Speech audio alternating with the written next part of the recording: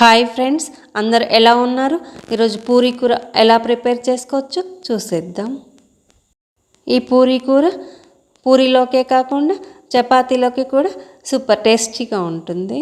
ఆలు లేకుండా ఉల్లిపాయలతో ఈ పూరీ కూరను చాలా ఈజీగా ప్రిపేర్ చేసుకోవచ్చు. టేస్ట్ కూడా మామూలుగా ఉండదు, సూపర్గా ఉంటుంది. ఇప్పుడు దీనిని ఎలా ప్రిపేర్ చేసుకోవచ్చో చూసేద్దాం. ఇప్పుడు దీనికోసం స్టవ్ మీద బాండి పెట్టుకొని దీంట్లో 1 టేబుల్ స్పూన్ ఆయిల్ వేసుకోవాలి. స్టవ్ ఆన్ చేసుకొని ఆయిల్ని వేడి చేసుకోవాలి. ఆయిల్ వేడి అయిన తర్వాత దీంట్లో 1/2 టీ స్పూన్ జీలకర్ర వేసుకోవాలి. జీలకర్ర వేసుకున్నాక 2 పచ్చిమిర్చీలను ఇలా చిన్న చిన్న ముక్కలుగా కట్ చేసుకొని వేసుకోవాలి.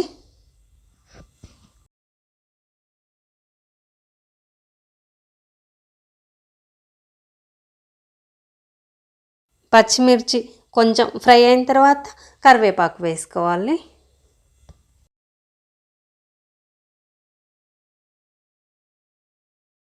రెండు ఉల్లిపాయలను ఇలా చిన్న చిన్న ముక్కలుగా కట్ చేసుకొని వేసుకోవాలి.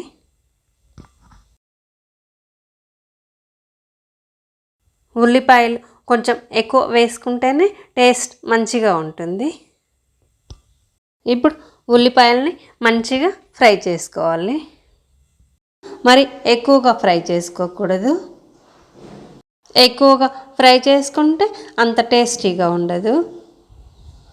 అలా అని మరి పచ్చిగా ఉండకూడదు, మరి ఎక్కువసేపు ఫ్రై చేసుకోకూడదు. ఇలా ఫ్రై చేసుకున్న తర్వాత ఇప్పుడు దీంట్లో కొంచెం పసుపు వేసుకోవాలి.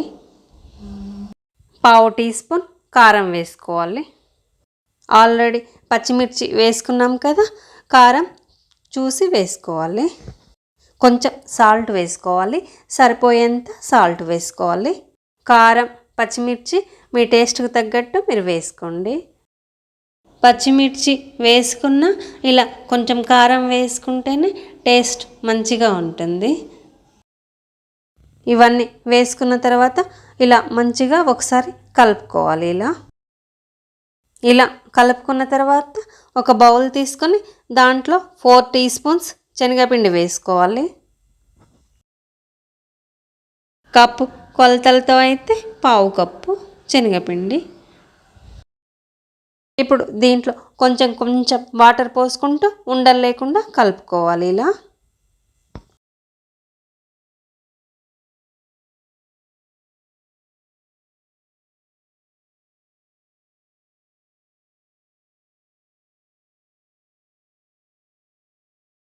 ఇలా కలుపుకున్న తర్వాత ఈ కప్పు నిండా వాటర్ పోసుకోవాలి.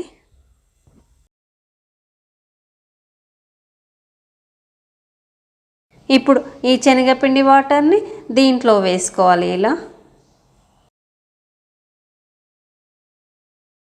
ఇలా పోసుకున్న తర్వాత దీంట్లో 1.5 కప్పుల వాటర్ పోసుకోవాలి.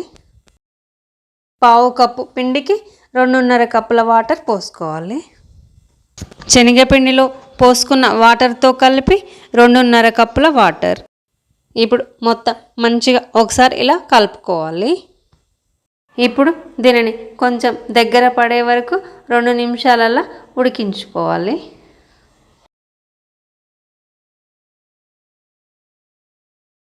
పూరీ కూర కన్సిస్టెన్సీ అనేది మరీ పలచగా ఉండకూడదు, మరీ గట్టిగా ఉండకూడదు.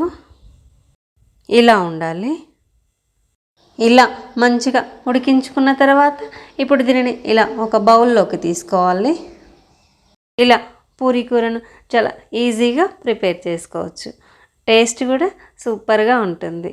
మంచి వీడియోతో మళ్ళీ కలుసుకుందాం.